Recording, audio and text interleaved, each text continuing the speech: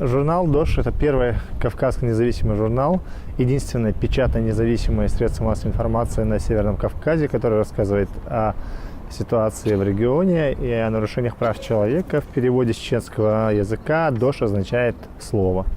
Для независимых медиа ситуация в Чечне и на Северном Кавказе такая же сложная и очень трудная, противоречивая, как и во всей России.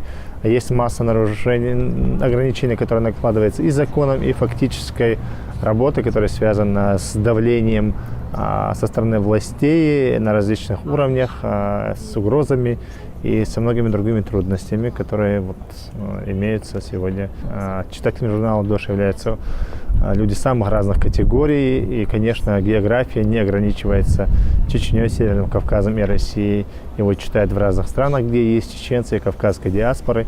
У нас очень много читателей и за пределами страны. Но «Дождь», как я уже сказал, является альтернативным источником независимой информации о том, что реально происходит в регионе, а не то, что там рисует официальная пресса, официоз.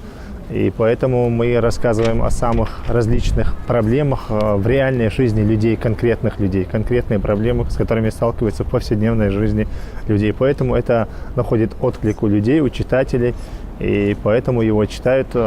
И одна из особенностей журнала «Дождь» в том, что «Дождь» никогда не публикует непроверенные данные, следуя каким-то там сиюминутным возможностям получить, скажем, рекламу, пиар быстрый.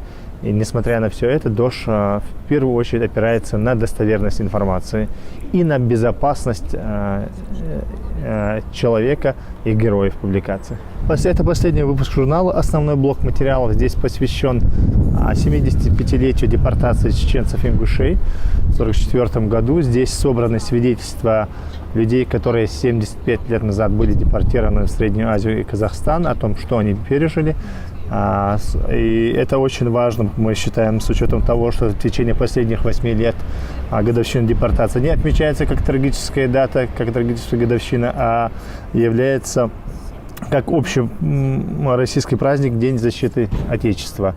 И поэтому сейчас очень актуально показать молодежи, читателям, что это за дата означает 23 февраля, и сохранить память о том, что было. Журнал «Дождь» можно прочитать на сайте дождь.ком. Также есть печатная версия, которая распространяется в различных местах. Есть у нас аккаунты в социальных сетях, на которых есть, кроме самого журнала, еще и в ежедневном режиме обновляются новости. Журнал «Дождь» есть на русском языке, но также издается английский дайджест из различных русских номеров. Собирается, самый интересный материал отбирается и издается в английской версии. «Дождь» выходит 6 раз в год на русском языке и 1 раз на английском.